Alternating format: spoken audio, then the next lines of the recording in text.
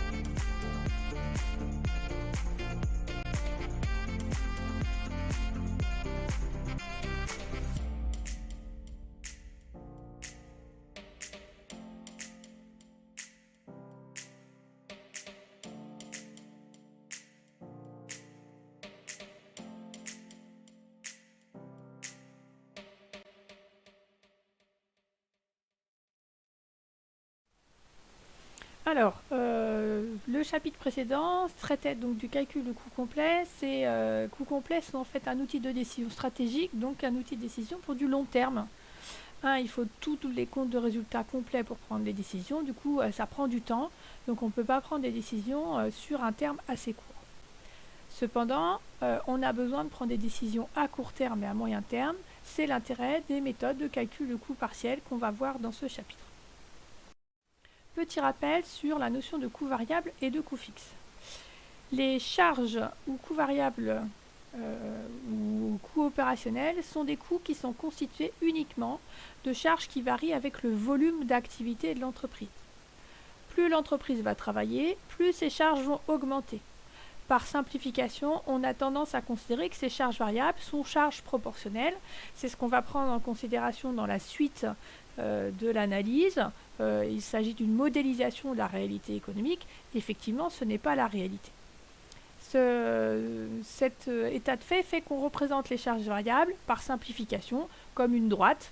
Pas d'activité, pas de charge variable. Plus l'activité augmente, plus les charges variables augmentent. Deuxième catégorie de charges, si elles ne sont pas variables, elles sont considérées comme fixes. On dit aussi des charges de structure.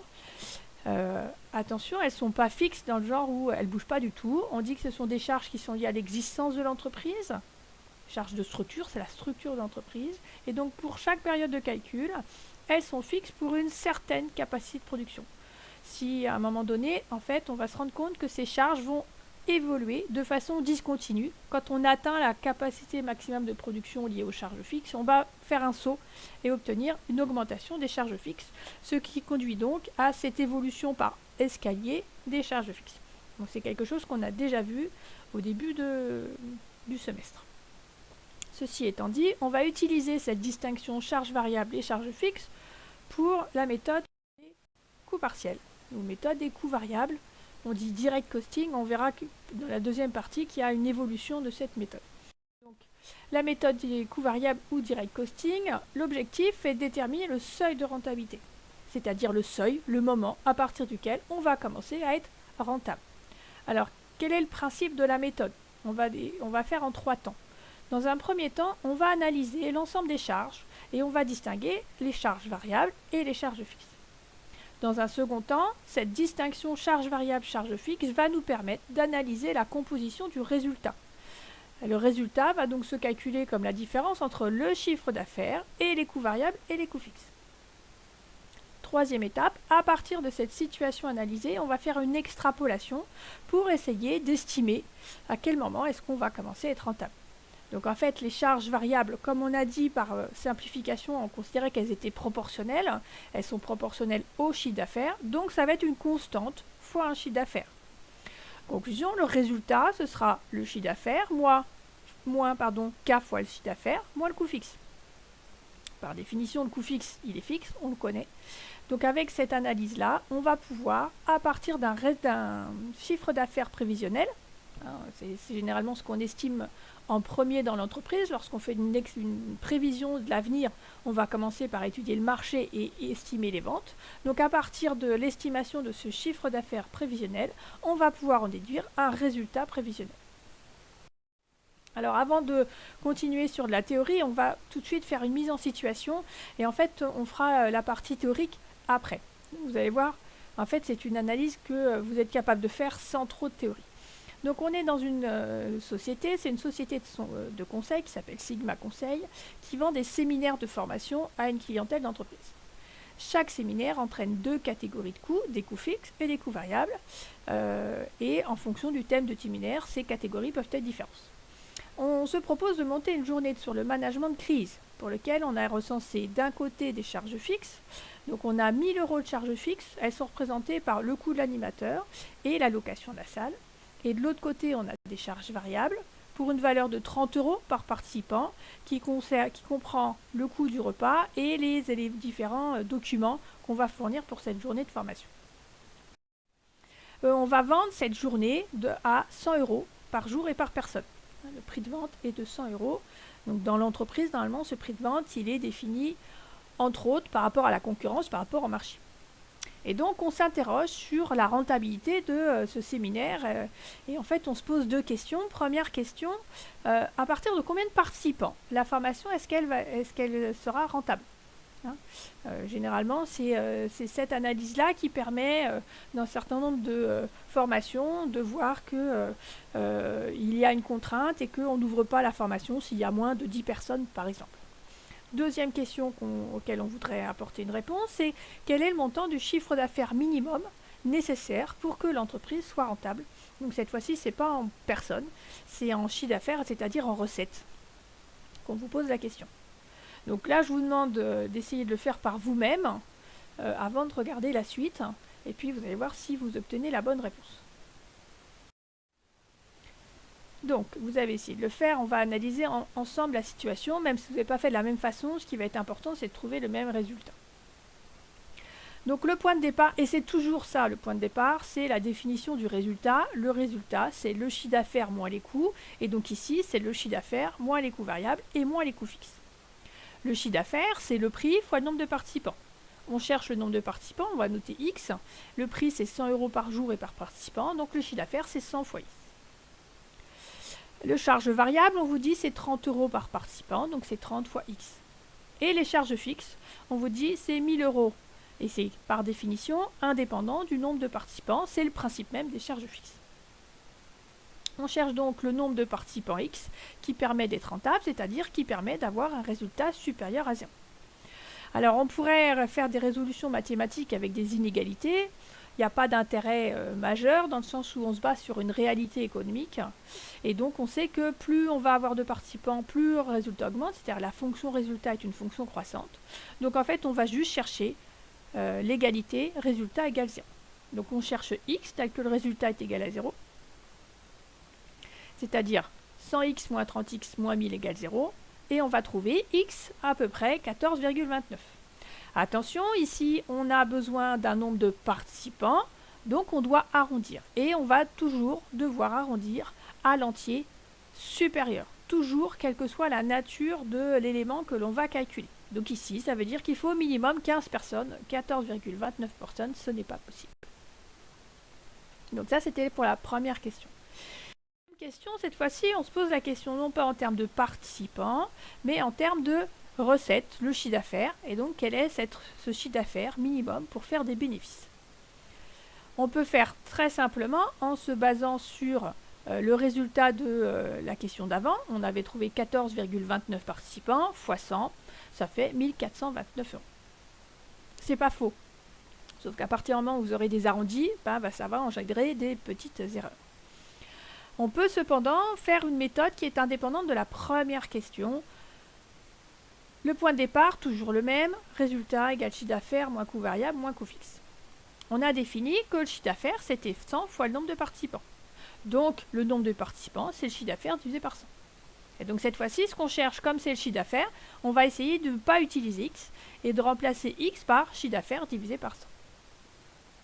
Donc, dans notre équation du résultat, on avait défini précédemment que chiffre d'affaires moins 30x moins 1000 égale 0. On remplace donc x par chiffre d'affaires divisé par 100. Ça fait chiffre d'affaires moins 30 CA sur 100 moins 1000 égale 0. On trouve donc 70 CA sur 100 égale 1000. Et donc, on trouve la valeur du chiffre d'affaires qui est de 1428,57 euros. Autant la question précédente permet de donner un seuil et dire en dessous de 15 participants, on n'est pas rentable. Ici, ça va nous donner des indications sur la liberté de fixation du prix que l'on a. On sait que si on fixe à 100 euros et qu'on a 15 personnes, on sera à 1500 euros. Donc on sait que si au niveau de ce prix, on veut faire une offre fidélité, une offre commerciale, on peut accorder des réductions à hauteur de la différence entre les 1500 euros qui correspondent à 15 participants fois 100 et les 1428,57 euros qu'on vient d'obtenir. Hein, donc ça donne une autre indication que juste le nombre minimum de participants. Alors, du coup, maintenant, on va revenir un petit peu sur cette notion de seuil de rentabilité et je vais vous donner des éléments à connaître par cœur. Donc, on va commencer par une définition. Le seuil de rentabilité qu'on note SR, hein, donc dans la suite, j'aurais tendance à l'utiliser cette notation, se définit comme le point à partir duquel la marge sur coût variable couvre les charges fixes. Ce point peut s'exprimer sous trois formes. Sous la forme d'une quantité, c'est ce qu'on a fait avec le nombre de participants.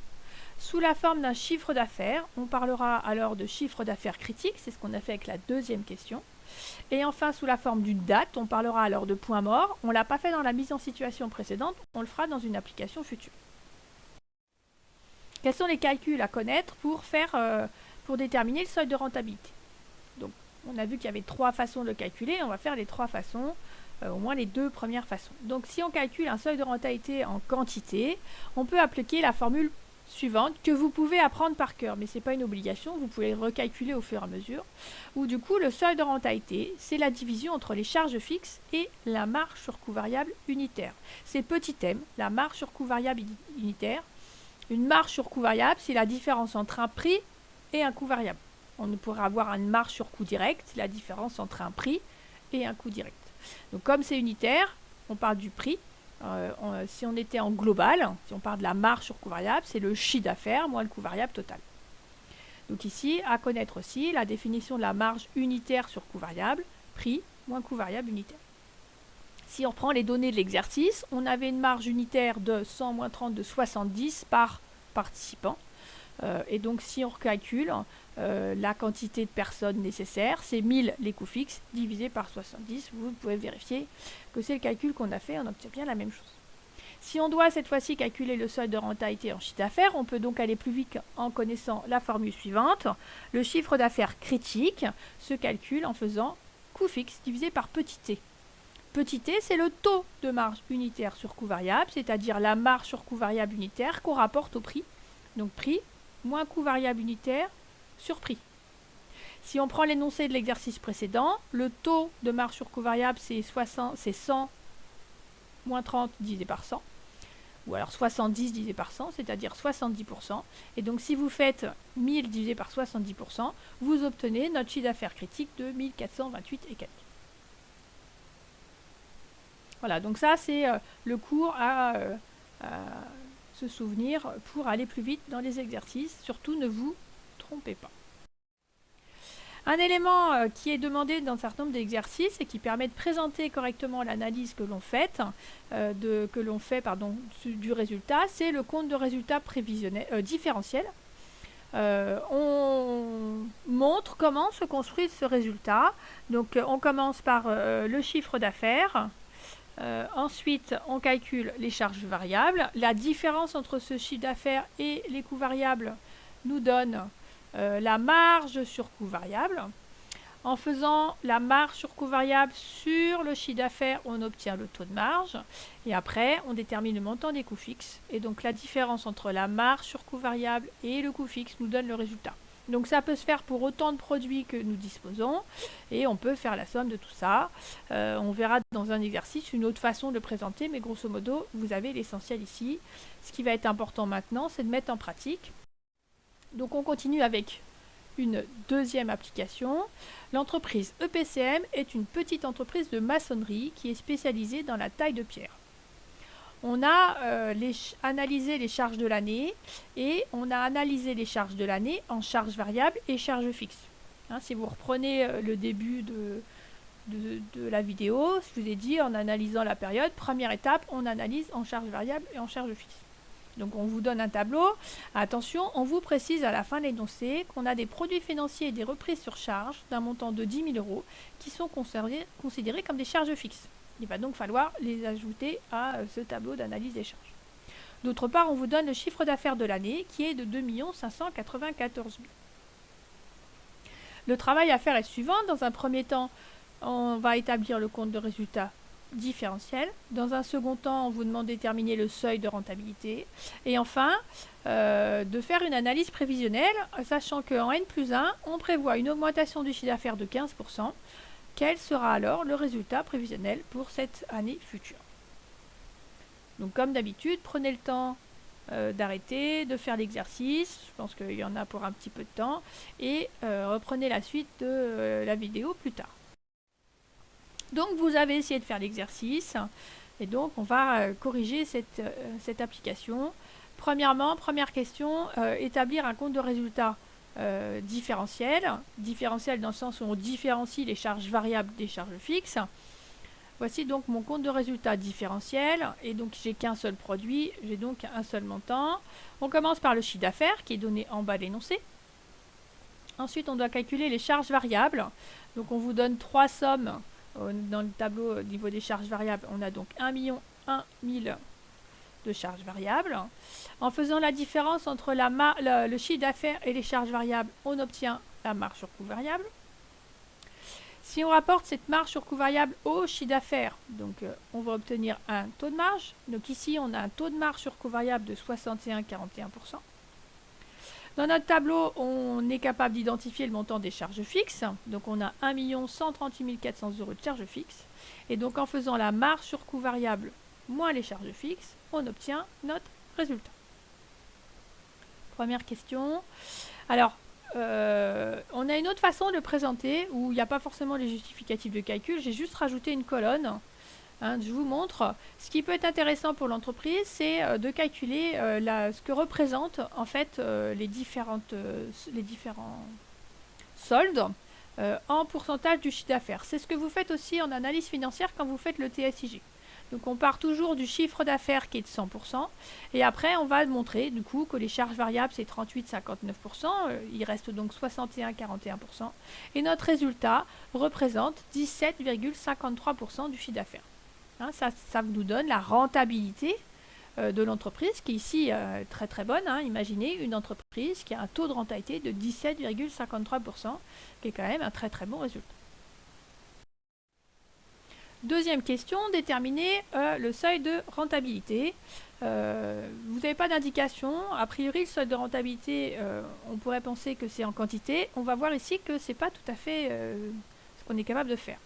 Donc, Seuil de rentabilité, j'applique ma petite formule, c'est la division entre les coûts fixes et la marge unitaire, sauf que je n'ai pas d'indication concernant le prix de vente, donc je n'ai pas d'indication concernant les quantités vendues, donc en fait je ne peux pas calculer le seuil de rentabilité en quantité.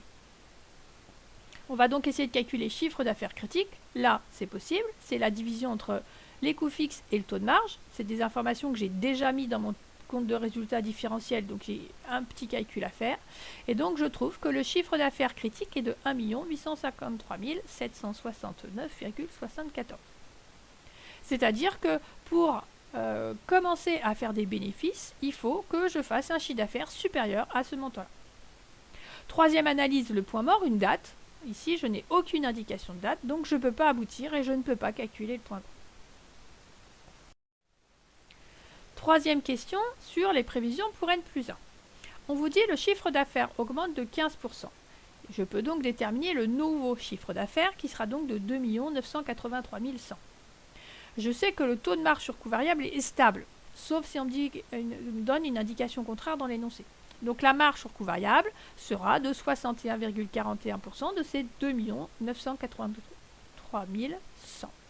Donc j'ai une marge sur coût variable de 1 831 921,71. Comme les coûts fixes sont inchangés, pareil, sauf indication contraire, je suis capable de calculer le résultat, qui est la marge sur coût variable moins les coûts fixes. J'obtiens donc un nouveau résultat prévisionnel pour N+1 de 693 521,71. On passe à une deuxième application, l'application Coutou. Alors, l'entreprise Coutou est basée à Vannes, en Bretagne. Elle est spécialisée dans la vente d'un modèle unique de machine à coudre. Elle prévoit de vendre 5000 machines en N+1 au prix unitaire de 300 € hors taxe. On connaît les achats de matières premières qui sont de 100 € par unité, ses charges variables de production qui s'élèvent à 80 € par unité, ses charges variables de distribution qui sont évaluées à 5% du prix de vente par unité. On a par ailleurs un montant de loyer qui est trimestriel, qui est de 3 000 €, des dotations aux amortissements annuels qui est de 100 000 € et des charges fixes autres qui est de 200 000 €. À partir de là, on vous demande premièrement d'établir le compte de résultat différentiel pour l'année N+1, deuxièmement de calculer le seuil de rentabilité en valeur et en volume, et on vous demande de commenter votre résultat. Troisièmement, de calculer le point mort, c'est-à-dire la date à laquelle on aura atteint ce seuil de rentabilité, en considérant que l'activité est régulièrement répartie sur 11 mois. En effet, l'entreprise est fermée le mois de juillet. La quatrième question est presque la même, sauf que cette fois-ci, on vous dit, non mais attendez, en fait, on se rend compte que l'entreprise ne vend pas la même chose tous les mois. Et donc, on va essayer d'utiliser les prévisions de vente, la saisonnalité des ventes de l'entreprise, et donc on vous donne les prévisions de vente mois par mois pour l'année suivante. Et donc, à vous d'estimer à quelle date on aura atteint ce chiffre d'affaires critique. Donc pareil, vous faites pause, vous notez l'énoncé, vous essayez de faire et vous remettez la vidéo ensuite. Donc voilà, vous avez passé une bonne demi-heure pour essayer de faire l'exercice et donc on va essayer de le corriger. Donc premièrement, établissement du compte de résultat différentiel. J'ai mon compte de résultat différentiel, vous devez le connaître par cœur. Premièrement, le chiffre d'affaires. Alors on me dit, je vends 5000 machines à 300 € la machine. J'ai donc un chiffre d'affaires de 1 500 000 €. Ensuite, les charges variables.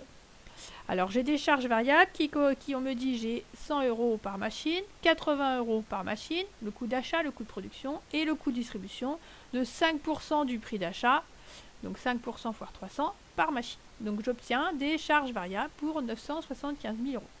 En faisant la différence entre le chiffre d'affaires et les charges variables, j'obtiens donc ma marge sur coût variable qui est de 525 000 €. Le rapport entre cette marge sur coût variable et le chiffre d'affaires est de 35%, c'est-à-dire que ma marge sur coût variable représente 35% du chiffre d'affaires. Au niveau des charges fixes, attention, on a des loyers trimestriels, on a donc 4 loyers dans l'année. On a des charges d'amortissement et des charges fixes. On a donc un montant total de charges fixes de 312 000 €. En faisant la marge sur coût variable moins les charges fixes, on obtient un résultat annuel prévisionnel de 213 000 €. Deuxième question, la détermination du seuil de rentabilité. Premièrement, je calcule le seuil de rentabilité en quantité. C'est la division charge fixe sur marge unitaire. Si je regarde ma marge unitaire, je vends mon produit à 300 €. Il me coûte unitairement de façon variable 195 €. J'ai donc une marge variable unitaire, une marge sur coût variable unitaire de 105 €. J'obtiens donc une estimation de 2971,42 machines, donc 2972 machines. Attention, on prend toujours l'arrondi supérieur. Donc cet arrondi supérieur, il faut l'ajuster à la nature de ce qu'on arrondit. Ici, on est sur des machines, donc il faut que ce soit à l'entier supérieur. Deuxième question, de calculer chiffre d'affaires critique. Cette fois-ci, j'utilise la formule charge fixe sur taux de marge. Donc 312 000 € de charge fixe. J'ai un taux que j'ai déterminé dans mon compte de résultat différentiel de 35%, soit un chiffre d'affaires critique de 891 428,58 €. C'est pareil, on prend toujours l'arrondi supérieur. Ici, on parle d'un chiffre d'affaires, c'est donc en euros, donc on va arrondir au centime supérieur. Troisième question, le point mort, la date. Donc il s'agit de déterminer à quelle date est-ce qu'on va atteindre le chiffre d'affaires critique qu'on vient de déterminer. Et pour ça, on va se baser dans un premier temps pour la première question sur une activité régulière de 365 jours. Alors l'idée c'est d'être le plus précis possible, donc on aura tendance à aller vers une estimation d'une année de 365 jours et pas sur 360. Il n'y a pas de... À partir du moment où vous justifiez votre choix, il n'y a pas de souci. Alors, on estime qu'on a un chiffre d'affaires de 1 500 000 € en 365 jours. C'est notre chiffre d'affaires annuel, donc sur 365 jours. Donc, on fait un produit en croix, et donc on peut déterminer qu'il nous faudra 217 jours pour atteindre notre seuil de rentabilité de 891 428,58 €. La question d'après, c'est donc 217 jours, c'est quel jour dans le calendrier? Le 217e jour, c'est normalement le 25 juillet. Mais comme juillet, l'entreprise est fermée, ça sera le 25 août. La question suivante, c'est de dire, oui, mais en fait, on a une activité irrégulière. Donc, on se pose la même question, sauf que on ne peut pas raisonner en disant j'ai 1 500 000 € sur 365 jours. Non, j'ai pas la même montant mois par mois. Donc pour cela, on va déterminer le chiffre d'affaires cumulé. C'est-à-dire que pour janvier, 150 000. Pour février, on va additionner janvier avec février, donc 400 000. Mars, on va ajouter ce qu'on avait en janvier, en février et en mars. Et donc, on obtient notre chiffre d'affaires cumulé. On vérifie qu'on a bien à la fin de l'année 1 500 000 € puisque ce sont nos prévisions de vente au niveau de N+1. On se pose la question qui est de, on doit atteindre 891 428. Et bien là, entre août et septembre, je me rends compte que fin août, je suis à 800 000, fin septembre, je suis à 1 million. Donc, je dois atteindre normalement mon seuil de rentabilité en septembre. Donc début septembre, j'ai un chiffre d'affaires de 800 000, fin août, il est de 1 million. Je fais donc un chiffre d'affaires de 200 000 €, c'est les 200 000 € de septembre, en 31 jours, en 30 jours, et on doit chercher combien de jours on va mettre pour faire un chiffre d'affaires de 891 428 moins les 800 000, c'est-à-dire 91 428,58. Donc, encore une fois, on fait un produit en croix. Donc, 991 428,58 fois 30 sur 200 000. Et là, on va trouver la date à laquelle on va atteindre notre seuil de rentabilité. Donc, en faisant le calcul, on trouve 13,72. Et donc, ce sera le 14 septembre. N'oubliez pas, on arrondit toujours à l'entier supérieur. Alors, pareil sur les journées, on ne va pas faire en milieu de journée, on va estimer un jour entier. Alors, on complète un petit peu ce cours avec la notion d'indicateur de gestion. Alors, on va voir 4 indicateurs de gestion. Premier indicateur de gestion, la marge de sécurité. La marge de sécurité, c'est la différence entre le chiffre d'affaires et le seuil de rentabilité. Donc je peux avoir une marge de sécurité de 100 000 euros, c'est-à-dire que si je perds 100 000 euros de chiffre d'affaires, tout va bien, je ne suis pas encore dans le rouge. On peut aussi représenter cette notion de marge de sécurité, non pas en euros, mais en proportion. C'est la notion d'indice de sécurité. C'est le rapport entre la marge de sécurité et le chiffre d'affaires. Donc je peux avoir une marge de sécurité de 10%. Si mon chiffre d'affaires baisse de 10%, j'arrive à 0. Mathématiquement, on se rend compte que l'on peut aussi calculer cet indice de sécurité en faisant la division entre le résultat et la marge sur coût variable.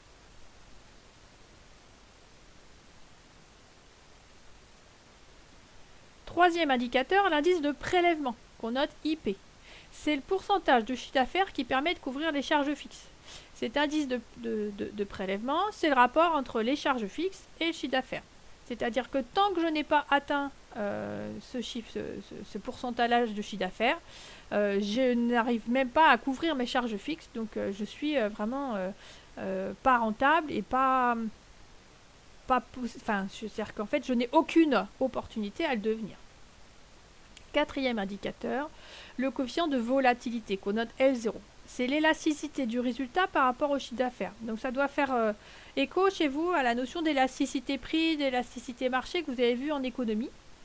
Ce levier opérationnel, comme c'est une élasticité, il calcule en faisant la différence relative du résultat sur la différence relative du chiffre d'affaires.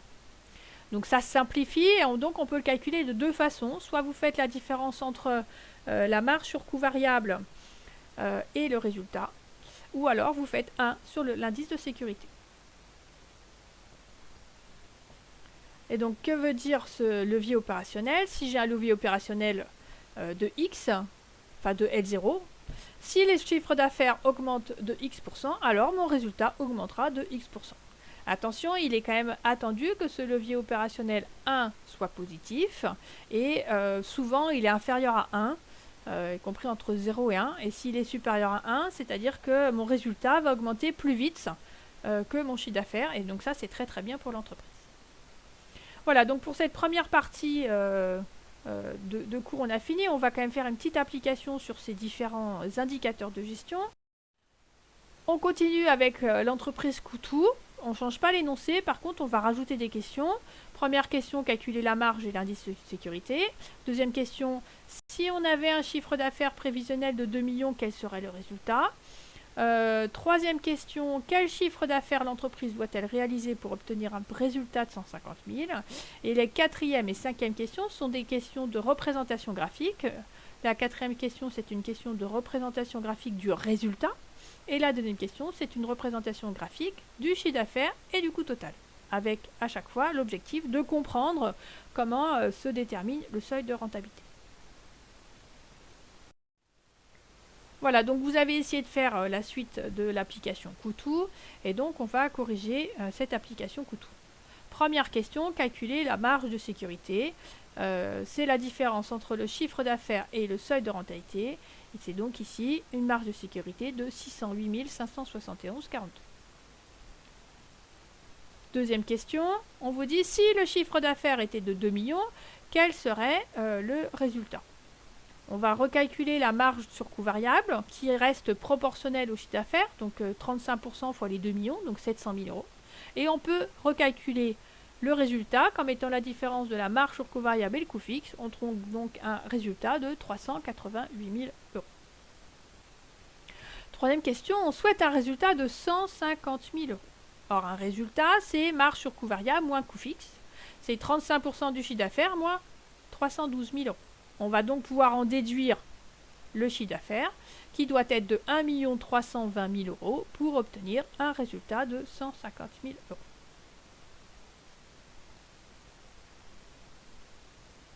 Alors ensuite, représentation graphique de l'évolution du résultat en fonction du chiffre d'affaires. Donc en fait, on vient à l'instant de déterminer l'équation du résultat. On a dit que c'était 35% du chiffre d'affaires moins 312 000.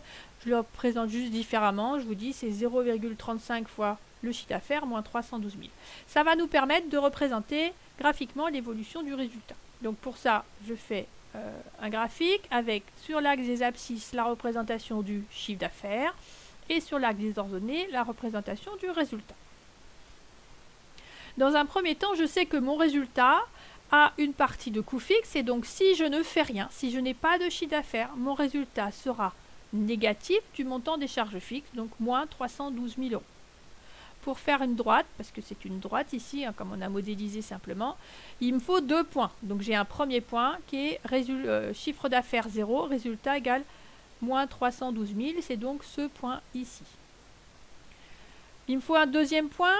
On a calculé dans la question, je la retrouve plus, dans la question 3, que pour avoir un résultat de 150 000, il me fallait un chiffre d'affaires d'1 320 000. Donc ici, je peux déterminer mon deuxième point qui se trouve ici. Et donc après, je trace la droite qui passe par ces 2 points. C'est l'évolution de mon résultat. Et donc lorsque j'obtiens un résultat égal à 0, c'est ici que se trouve mon seuil de rentabilité de 891 428,58. Alors sur ce graphique, qu'est-ce qu'on peut voir? En fait, on peut aussi voir la représentation graphique du résultat. Et donc l'espace qui se trouve en deçà de notre chiffre d'affaires critique, c'est en fait l'ensemble de nos pertes. Et l'espace qui se situe au-delà de ce chiffre d'affaires critique, c'est ce qui représente nos bénéfices. Donc ce type de représentation graphique, vous devez être capable de le refaire dans de futurs exercices. La question suivante, toujours une représentation graphique, mais cette fois-ci représentation graphique de 2 courbes. D'une part le coût fixe, le coût total, pardon, et d'autre part le chiffre d'affaires. Le coût total, c'est 2 éléments qu'on a décomposés. Le coût variable, qui est de 195 fois X, et le coût fixe qui est de 312 000 euros. Donc ça va nous aider pour faire la représentation graphique. Cette fois-ci, dans l'axe des abscisses, on va représenter le nombre de machines vendues. Et sur l'axe des ordonnées, on va représenter et le coût total et le chiffre d'affaires. Donc dans un premier temps, on va représenter le chiffre d'affaires. Si on ne vend rien, on a un chiffre d'affaires nul, donc premier point. Et si on vend, par exemple, c'est l'énoncé 5000 machines, sachant que c'est 300 euros la machine, eh bien, on aura un chiffre d'affaires de 1 500 000. On a 2 points. Je peux donc représenter mon chiffre d'affaires, ma courbe de chiffre d'affaires, qui est égale à 300 fois X. On doit ensuite représenter la courbe des coûts total. Le coût total, c'est ce qu'on appelle un coût mixte, une partie fixe, une partie variable. Je connais la partie fixe, hein, ici, qui est de 312 000 euros. Donc si je n'ai pas de participants, je vais avoir minimum un coût total du coût fixe de 312 000 euros. Donc j'ai un premier point. D'autre part, on a calculé dans l'énoncé que pour 5 000 euros, on avait un coût total de 1 287 000. Encore une fois, j'ai mes 2 points, mon point à 312 000 et mon point à pour 1 287 000. Je peux donc représenter graphiquement mon coût total qui est de 195 fois le nombre de machines vendues plus 312 000. Lorsque les 2 courbes se regroupent, j'ai égalité entre les recettes et les coûts. J'atteins donc mon seuil de rentabilité. Et ici, on peut le calculer, il est de 2927,43 machines. Donc on est sur une résolution mathématique, d'où le fait qu'il n'y a pas d'arrondi. Évidemment, on arrondirait à 2928 machines. De la même façon que tout à l'heure, on peut représenter l'existence d'une perte en deçà de ce nombre de machines vendues et l'existence de bénéfices au-delà de ce nombre de machines vendues. Alors, ça nécessite quand même un petit peu d'exercice. Donc je vous en donne un là qui est assez complet, l'exercice ramier. Vous prenez le temps de lire l'énoncé, de faire l'exercice et on en reparle ensemble plus tard et je vous apporterai la correction. Donc ici on a donc dans un premier temps une analyse des différentes catégories de charges. Compte 61 à 68, on prend les charges qui sont liées à la production et donc pour chaque charge on vous donne une partie fixe, une partie variable. D'autre part, vous avez le chiffre d'affaires et vous avez des éléments qui vous permettront de calculer le coût d'achat à vous d'analyser si ce coût d'achat, vous le considérez comme variable ou comme fixe. Donc, première question, calculer le coût d'achat des marchandises vendues. Deuxième question, présenter le compte de résultat différentiel suite à l'analyse des charges en charges variables et charges fixes et la réponse à la question 1. Dans ce compte de résultat prévisionnel, vous pourrez en profiter pour déterminer le taux de marge sur coût variable. Ensuite, on vous demande de déterminer le seuil de rentabilité de cette entreprise. Et puis, information complémentaire, l'année prochaine, on espère une extension du magasin avec une augmentation des charges fixes de 122 100 €. Et donc, on vous demande d'indiquer le nouveau chiffre d'affaires à réaliser pour maintenir le niveau de résultat actuel. Voilà, je vous souhaite bon courage. Et si vous avez des questions, n'hésitez pas à me contacter pour me les poser au fur et à mesure pour ne pas rester bloqué.